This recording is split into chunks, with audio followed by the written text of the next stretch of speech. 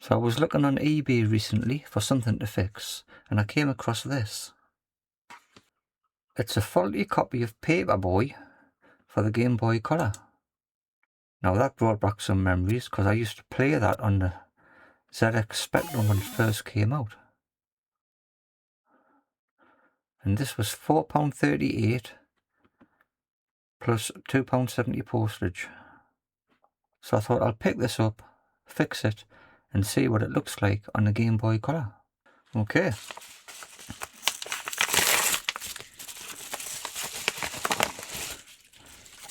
So that's it there. I've got a Game Boy Advance here. Let's switch this on. And I get a faulty Nintendo logo and the game doesn't boot. So I would imagine the seller's already cleaned the pins, but we can do it again with some IPA and a cotton bud.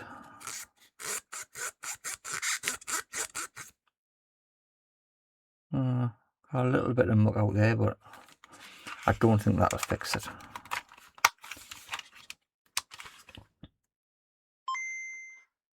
Yeah, another faulty Nintendo logo.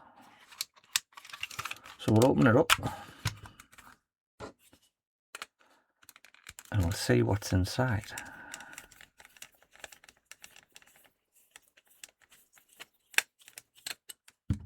You need a game bit screwdriver if you want to open one of these. And when you take the screw out, the cartridge slides, I believe. There we go. Right, there's not much in there. I'm either going to have to put my glasses on, or I'm going to have to look underneath the microscope. I think we'll have a better view underneath the microscope. Okay, so here we are.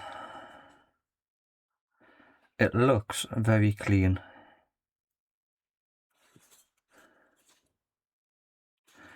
I'm looking for corroded pins, which I can't see any, or corroded or broken traces, which I can't see any initially.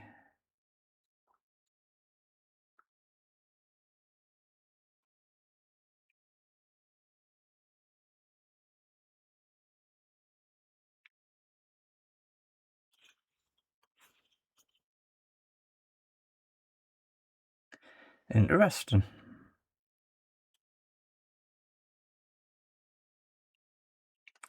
So if it's not corroded pins, broken traces on the back here, sometimes you get broken traces here.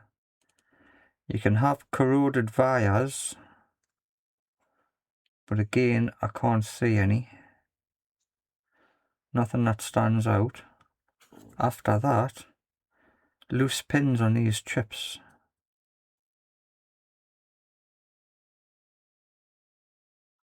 And after that, it could be something underneath the chips. There's nothing there that looks off. So we'll check those pins. We'll check the legs on this chip. Normally, it's these ones. Yes, look, that one's moving. I think that's the culprit there. So always the top one.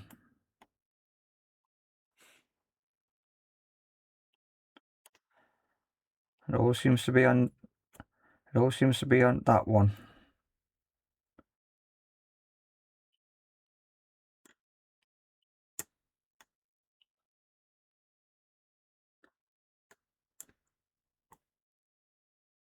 That's the bottom one as well, look.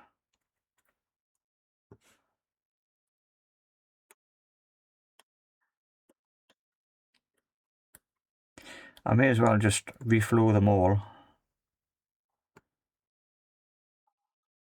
Don't often see the bottom one, in my opinion. So let's reflow them. Right, a bit of flux.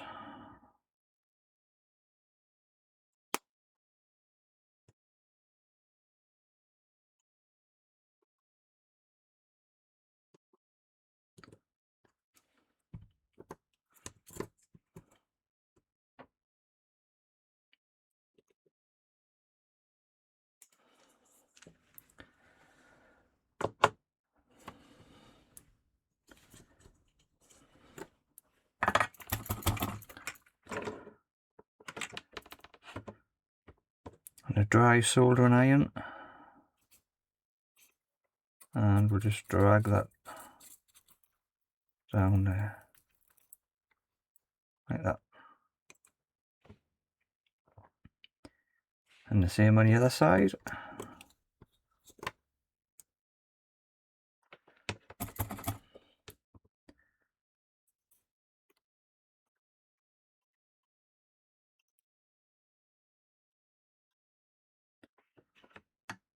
Just like that.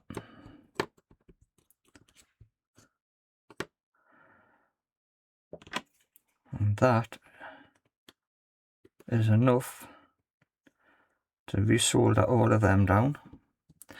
We'll clean it up with some IPA.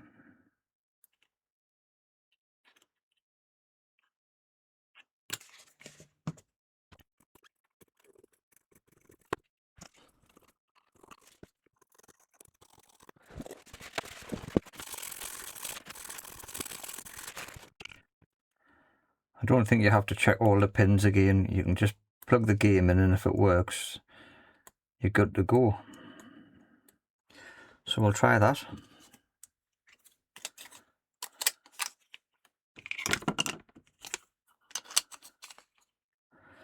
And I think that's going to be it.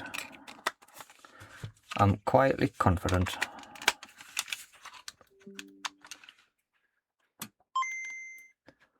There we go. Perfect.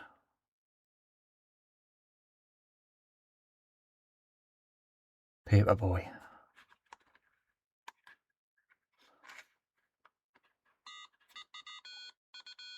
That's a bit brighter than the Spectrum version, I tell you.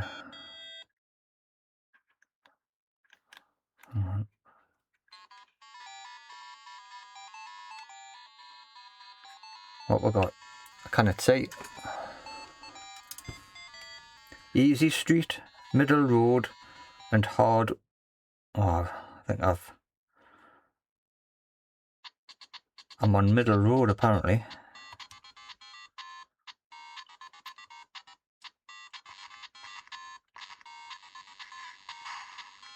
There you go. Well, I've used up all my papers. I've got no idea what I'm supposed to be doing. Delivering papers, but where to? Just been playing on the Spectrum version, and there was little mailboxes that you used to have to hit.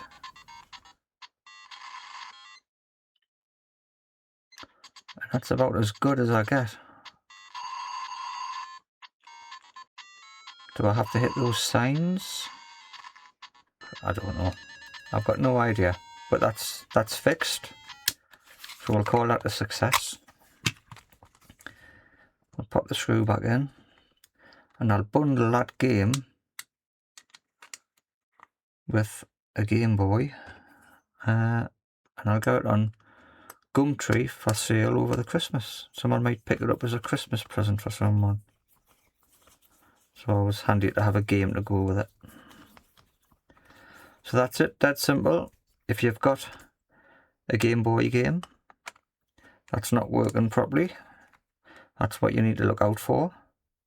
And that is Paperboy for the Game Boy Color. So thanks for watching, and I hope to see you all in the next one.